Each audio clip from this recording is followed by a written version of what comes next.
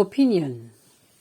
Why Peter Obi's unwillingness to condemn IPOB on unknown gunmen is going to haunt him. Welcome to the news and please subscribe to our channel. To get notified when we post hot juicy news updates, please click on the notification bell. Anyone who cannot see the link between the activities of the unknown gunmen in the southeast and the indigenous people of Biafra under Simon Ekpa, the de facto leader controlling the group from free land following Nnamdi Kanu's dissension, is either disingenuous or turning a blind eye to an obvious reality. The willingness of P2B to condemn the growing killing and kidnapping is deeply worrying. Let us make something clear. Unknown gunmen does not represent the totality of the agitation of the desire for Biafra. Many Igbos who are sympathetic towards the Biafran dream do not necessarily support the growing terror of being unleashed in the region by unknown gunmen and Simon Ekpa's brand of agitation. It is the reason why some of them are still strongly in support of participating in the 2023 general election, something Ekpa and his loyalists have vowed will not take place in Biafra land. In the past year, the Southeast has become a theater of attacks, from burning police stations and offices of the Independent National Electoral Commission to random kidnapping and killing of people on the roads and in markets. Prominent Southeasterners have fallen victim to these attacks, including Chike Akunyili, the husband of Peter Obi's friend, Dora Akoliye. To fund the deadly act, innocent people are being constantly kidnapped for ransom. The situation has gotten so terribly bad that the communal homecoming that typifies Christmas celebration in the Southeast has been reduced to a whimper. Instead, those living outside of the country chose to spend the holiday in other cities, while those living outside the country were forced to spend Christmas in Lagos and Abuja. A culture of sustained communalism is being eroded as a result of the nefarious actions of the unknown gunmen. Surprisingly, Peter Obi has been reluctant to take a strong stance against the action, instead lumping it together with all the unrest in the nation and describing all of them as agitation each time he is explicitly asked if he will condemn them. Perhaps he has been careful not to lose support in the Southeast, his biggest political base. The closest he has been to criticizing them is saying Biafra is not in existence, as he is contesting as a Nigerian for the presidency.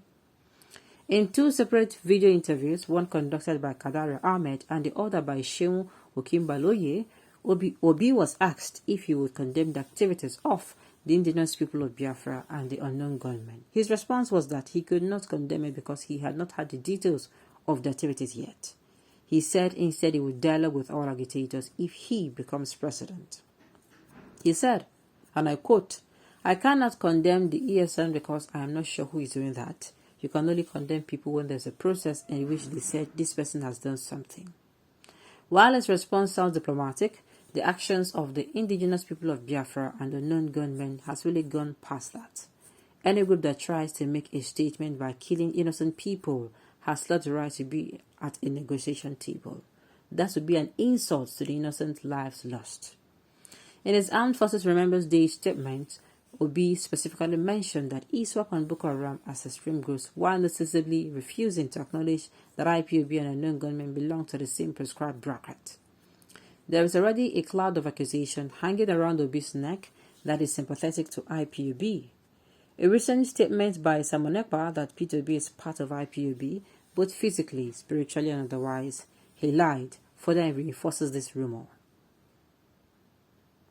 This can have a dire effect on his presidential ambition and make it difficult for him to get support in the north, the region he has not made sufficient inroads in his presidential bid. Not explicitly condemning the action will make it difficult to shake off the accusation that he is sympathetic towards them, and that would be detrimental to his presidential kite, which is flying high at the moment. Now, Obi coming out to say he's going to negotiate, and you say that any group that kills innocent people to make a statement or to prove a point has lost its place at the negotiation table. You should be telling your government that too, first of all. Let me start from there. You should be telling the sitting government, because the sitting government welcomes back to their fold with open arms. Welcome back to their fold with open arms and does what? And says, these people are repentant, Boko Haram, repentant terrorists. I've never seen that oxymoron being used before. Repentant and terrorists in the same statement. And then use our money to fund this, to send them to rehab. They'll come back here, even give them jobs that you have not given to even we, the patriotic citizens, before. Okay. A week to presidential election will be telling our teaming use the finance of IPOB and non-government. Trust my mother use very easy to convince. Okay. Are you not part of Boko Haram? Wasn't Boko Haram killing, abducting Nigerians and marrying underage girls by force when Buhari became president of Nigeria in 2015? Can you defend this reality? You think you will deceive Northern youth for eternity. You deceive them and keep them in perpetual poverty and pains. Also tell your Northern youth who is financing Boko Haram.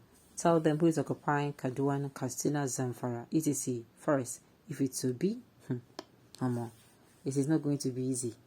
It is not going to be the war of words I'm seeing here. Okay? And you are proud of that. Suffer they tire you. I like that you are still waiting for. I can see you're more comfortable how you are being. Okay, why your people is being begging all over the states in the country. Very soon, all of you will start living in IDP camp. Your eyes will soon clear. You still hear converse on the type jargons. Now your body will tell you, now how many people you saw here where they live for IDP camp for East. This shade is too much. Go and sit down. Mr. P2B has condemned all forms of agitation, whether Ipob or Yoruba Nation. He said it was lack of equity, justice and fairness and inclusiveness that resulted to that, and he promised to dialogue with all of them, doing genuine agitation and make peace with them. And that is what he said though.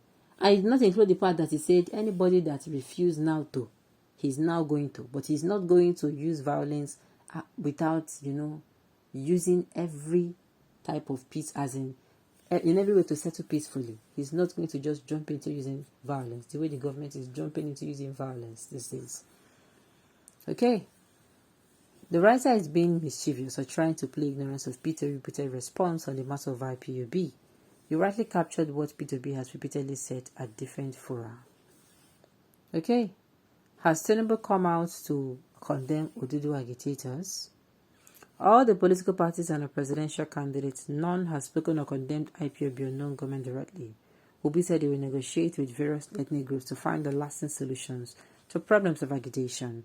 Diplomacy governs the world. Some issues are more technical than just media consumption. Okay. But why won't other candidates condemn of terrorist group from the region that hunts them? A question to the writer. Well, Nigerians, I keep saying the ball is in our court. We should kick it to where we want it to go. Vote smartly, vote wisely. Alright, on this note, you have come to the end of the news. We say thank you for tuning in to listen. Until I come your way next time, enjoy the rest of your day.